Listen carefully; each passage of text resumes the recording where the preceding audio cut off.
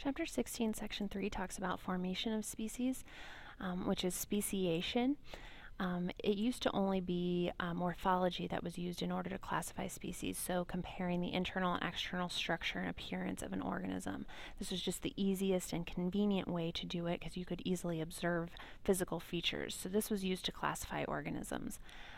Since then, we have added the biological species concept as well, which tells us that a population of organisms must have to successfully interbreed with each other and not breed successfully with other groups. So the biological species concept alone isn't really good enough by itself. It has no way of comparing things that are asexual, so things that don't mate with other things, and it's not satisfactory for things that are extinct, because we don't know what they mated with. But by combining this biological species concept and morphology into the modern definition of species, that has made us much more accurate in classifying organisms. Now, for speciation to occur, it begins with some sort of isolation. So two types of isolation we'll discuss are geographic and reproductive isolation. With geographic isolation, we're talking about an actual physical barrier that separates out members of a population. So, for instance, the Grand Canyon squirrels. They started as one original species, and as the canyon developed wider and wider, it split these species into living on one side and the other side. Once they were separated, that led to allopatric speciation, where the gene pools became smaller and they were then unable to mate with each other if you were to bring those two groups back together.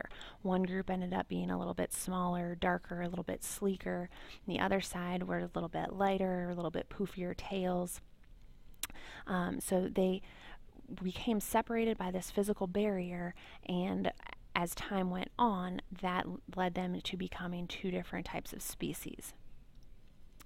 The other type of reproductive isolation is reproductive isolation, and that results from barriers as well, but these ones are not physical. So there could be prezygotic isolation or postzygotic. Prezygotic means before the zygote is formed, so before fertilization.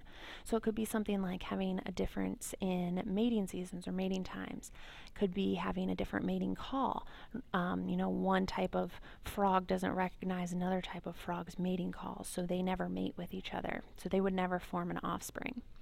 Postzygotic isolation, this means after fertilization. So these organisms could actually mate together, but their offspring is either going to be unhealthy and potentially die, or be infertile and not be able to reproduce on its own. So, for instance, a donkey and a horse can mate and form a mule, but mules are infertile, so they can't mate to make more mules. And finally, there are different rates that speciation can occur in. One is through gradualism, which means that it's a slow, consistent, steady change over time. And with punctuated equilibrium, that means you're going to have lots of stops and starts in response to big dramatic changes in the environment, such as like, a flood or a fire. Things need to change quickly to adapt, or they're not going to survive. So with gradualism, you get this slow change over time, real consistent. With punctuated equilibrium, you're going to get this stair-step effect where there's a big change in the environment, so the organisms change, and then it levels off for a while, becomes more stable. Then when there's a big change to the environment again, the organism has to change. So you get this stair-step effect with punctuated equilibrium.